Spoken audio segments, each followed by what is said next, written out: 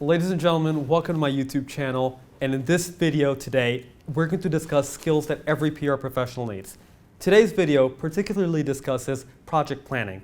Look, it doesn't matter which part of public relations you handle. You could be in media relations, you can be in writing, you can be in client servicing, you can be literally anywhere.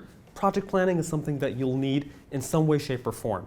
And the better you plan projects, the better you'll be able to deliver on them. My motto is, the better the brief, the better the product. Look, when I'm writing my brief, I think of everything. Let's say there's a big event that's going to happen. I think about who's going to be attending that event from the audience. Who is my audience? Who is there from the client side? What's the highest title or the highest office that's going to be attending my event? Who are the guests? Who are the partners? How many different audience members are going to be there? What's the size of my audience? Is filming allowed? Maybe it's a closed event where they just want to take one or two different photographs and release it at the end of the day. Maybe they don't want it to be a media event at all. Maybe they don't want to talk about it in the media. They just want it to be internally communicated. I think about everything I can possibly think of.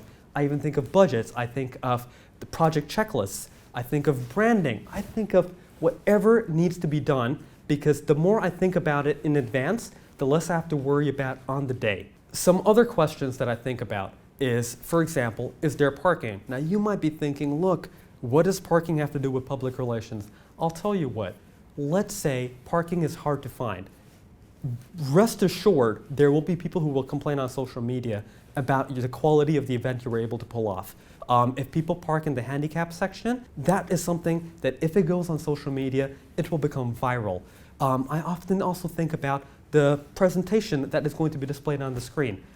A couple of months ago, President Donald Trump gave a presentation at the US Turning Point event. There was a wrong logo of the presidential seal that was used. It became the topic of discussion in the media all around the world. That is exactly the kind of thing you want to avoid when you think about project planning, because you want to think about all the things that can go wrong in addition to all the things that you need to deliver, because the better your brief, the better your product.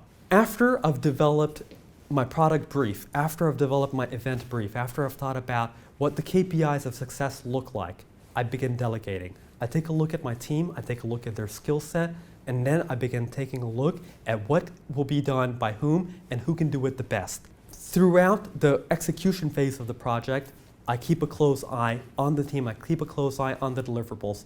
And every time you go into execution phase, have as much of it in writing as possible. This way, you know exactly the 5 W's and 1 H of your project every minute of your project's execution phase. Finally, when we go to the delivery phase, think about delivering your product in advance of when your product actually needs to be.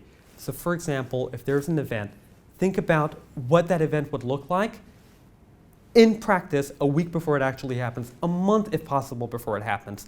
That way, when you do a pilot run, you can figure out all the different parts that can go wrong, because once again, the quality of the project you're able to pull off will reflect directly on your client's corporate reputation. And on the day of the job, on the day of the project, come early. Take a look at it the day before. Get your team members to come do a little bit of a dry run the week before, the night before. Arrive early on the morning of. Be there. The sooner you're there, the sooner you're comfortable with your environment, and the sooner you come to realize that this event will really happen in just a matter of moments.